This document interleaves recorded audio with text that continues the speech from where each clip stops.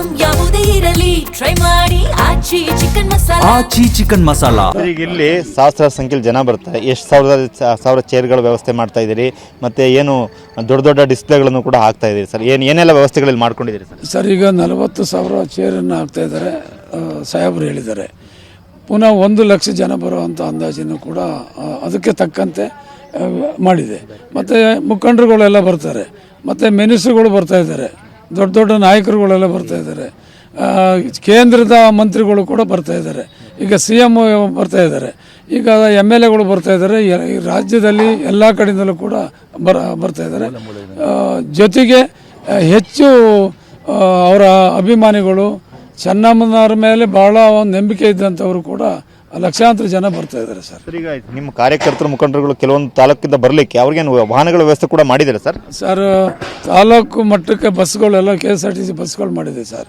ಆಗ ಸಕಲೇಶ್ವರ ಇರ್ಬೋದು, ಆಲೂರು ಇರ್ಬೋದು, ಚನ್ನಪಟ್ಟಣ ಇರ್ಬೋದು, ಅರಸೀಕೆರೆ ಇರ್ಬೋದು, ಹೊಳೆನರಸೀಪುರ, ಅರಕಲಗೂಡು ಎಲ್ಲ ಇದಕ್ಕೂ ಕೂಡ ತಾಲೂಕು ಕೇಂದ್ರಗಳಿಗೆ KSRTC ಬಸ್ಸನ್ನು ಮಾಡಿದೆ ಸರ್. ಸರ್, ಈಗ ಅಲ್ಲಿಂದ ಎಲ್ಲಿ ಎಷ್ಟೊತ್ತಿಗೆ ಅಂತಿಮ ದರ್ಶನ ಮುಗಿಯುತ್ತೆ, ಇಲ್ಲಿಗೆ ಎಷ್ಟೊತ್ತಿಗೆ ಬರುತ್ತೆ ಸರ್? ತಮಗೇನು ಮಾಹಿತಿ ಇದೆ? ಈಗ ಅವರು ಎಲ್ರಿಗೂ ಕೂಡ ಮಾಹಿತಿ, ನಾವೇ 11 ಗಂಟೆ ಒಳಗೆ ಇಲ್ಲಿ ಬರಬೇಕು ಅಂತ ಇದೆ ಸರ್. 10ರಿಂದ ಸ್ಟಾರ್ಟ್ ಆದರೆ 9:30 10 ಗಂಟೆಗೆ ಹೋದರೆ 11 ಗಂಟೆ ಒಳಗೆ ಬಂದು ದರ್ಶನ ಮಾಡಿ ಪುನಃ ಇಲ್ಲಿಗೆ ಬರುವಂಥವ್ರು ಕೂಡ ಬರುವಂಥದ್ದಿದೆ.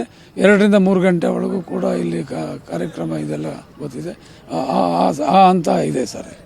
ಇನ್ನು ಇಡೀ ಜಿಲ್ಲೆ ಮಾತ್ರ ಅಲ್ಲ, ರಾಜ್ಯದ ಬೇರೆ ಬೇರೆ ಭಾಗದಿಂದ ಕೂಡ ಲಕ್ಷಾಂತರ ಸಂಖ್ಯೆಯಲ್ಲಿ ಏನು ಅವರ ಅಭಿಮಾನಿಗಳು ಆಪ್ತರು ಬರ್ತಾರೆ. ಹಾಗಾಗೇ ಈ ಸ್ಥಳದಲ್ಲಿ ನಾವೇನು ನೋಡ್ತಾ ಇದ್ದೀವಿ, ಈ ಒಂದು ಸ್ಥಳದಲ್ಲಿ ಈಗ ಆಲ್ರೆಡಿ ಆಸನಗಳ ವ್ಯವಸ್ಥೆ ಮಾಡಲಾಗ್ತದೆ. ಸುಮಾರು 40,000 ಆಸನಗಳನ್ನು ಈಗ ಆಲ್ರೆಡಿ ಹಾಕಲಾಗ್ತದೆ. ಜೊತೆಗೆ ಇದು ಎಲ್ಲರಿಗೂ ಕೂಡ ಹತ್ತಿರದಿಂದ ಬಂದು ನೋಡ್ಲಿಕ್ಕೆ ಸಾಧ್ಯ ಆಗೋದಿಲ್ಲ. ಹಾಗಾಗಿ ಅಲ್ಲಲ್ಲೇ ದೊಡ್ಡ ದೊಡ್ಡ ಡಿಸ್ಪ್ಲೇ ವ್ಯವಸ್ಥೆನೂ ಕೂಡ ಮಾಡಿಕೊಳ್ಳಲಾಗಿದೆ. ಹಾಗಾಗಿ ಏನು 11 ಗಂಟೆವರೆಗೆ ಹೊಳೆನರಸೀಪುರದ ರೇವಣ್ಣ ಅವರ ನಿವಾಸದಲ್ಲಿ ಅಂತಿಮ ದರ್ಶನಕ್ಕೆ ವ್ಯವಸ್ಥೆಯನ್ನು ಮಾಡಿಕೊಡ್ಲಾಗಿತ್ತು. ಕೊನೆಯದಾಗಿ ಇಲ್ಲಿಗೆ ಬಂದಾಗಲೂ ಕೂಡ ಇಲ್ಲಿಗೆ ಬಂದಿರತಕ್ಕಂಥವ್ರು ಕೂಡ ನಿರಾಸೆ ಆಗಬಾರ್ದಂಥ ಕಾರಣಕ್ಕೋಸ್ಕರ ಇಲ್ಲಿ ಬಂದಿರತಕ್ಕಂಥವ್ರಿಗೆ ಅವರಿಗೆ ಸರಿಯಾಗಿ ದರ್ಶನವನ್ನು ಮಾಡಲಿಕ್ಕೆ ಆಗಬೇಕು ಅನ್ನೋ ಕಾರಣಕ್ಕೋಸ್ಕರ ಎಲ್ಲ ಕಡೆ ಗಣ್ಯರಿಗೆ ಬೇರೆ ಆಗಿರ್ತಕ್ಕಂಥ ಒಂದು ಪೆಂಡಲನ್ನು ಹಾಕಲಾಗಿದೆ. ಅವರ ಕುಟುಂಬ ಸದಸ್ಯರಿಗೆ ಕೂಡ ಕೂರ್ಲಿಕ್ಕೆ ಪ್ರತ್ಯೇಕವಾಗಿರ್ತಕ್ಕಂಥ ಒಂದು ಪ್ಲಾಟ್ಫಾರ್ಮನ್ನು ನಿರ್ಮಾಣ ಮಾಡಲಾಗಿದೆ.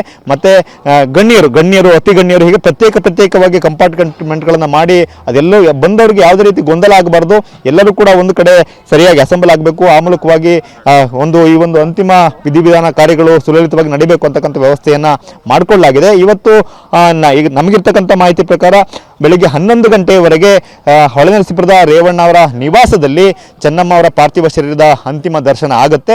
ನಂತರ ಅಲ್ಲಿಂದ ಪಾರ್ಥಿವ ಶರೀರ ಹೊರಡುತ್ತೆ. ಅಲ್ಲಿಂದ ಮೆರವಣಿಗೆ ಮೂಲಕ ಸುಮಾರು 16 ಕಿಲೋಮೀಟರ್ ಹೊಳೆನರಸೀಪುರದ ಇಲ್ಲಿಗೆ ಆಗುತ್ತೆ. ಅಲ್ಲಿಂದ ಇಲ್ಲಿಗೆ ಬರ್ತಾರೆ. ಇಲ್ಲಿ ಬಂದು ನಂತರ ಇಲ್ಲೂ ಕೂಡ ಗಣ್ಯರು ಚೆನ್ನಮ್ಮ ಅವರಿಗೆ ಅಂತಿಮ ನಮನವೆಲ್ಲ ಸಲ್ಲಿಸಿದ ಬಳಿಕ ಇಲ್ಲಿನ ಅಂತ್ಯಕ್ರಿಯೆ ವಿಧಿವಿಧಾನಗಳು ಆರಂಭ ಆಗುತ್ತೆ. ಅರ್ಚಕರು 2 ಗಂಟೆಯಿಂದ 4 ಗಂಟೆ ಸಮಯದಲ್ಲಿ ಏನೋ ಈ ಒಂದು ಅಂತ್ಯಕ್ರಿಯೆ ವಿಧಿವಿಧಾನಗಳು ಆಗಬೇಕು ಅಂತಕ್ಕಂಥ ಮಾಹಿತಿಯನ್ನು ಕೂಡ ಕೊಟ್ಟಿರ್ತಕ್ಕಂಥ ಹಿನ್ನೆಲೆ ಆ ಒಂದು ಸಮಯದ ನಡುವೆ ಅಂತ್ಯಕ್ರಿಯೆ ಪ್ರಕ್ರಿಯೆಗಳು ನಡೆಯುತ್ತೆ. ಕ್ಯಾಮ್ರಾಮನ್ ಮಹೇಶ್ ಜೊತೆ ಮಂಜುನಾಥ್, KB, TV9 ಹಾಸನ.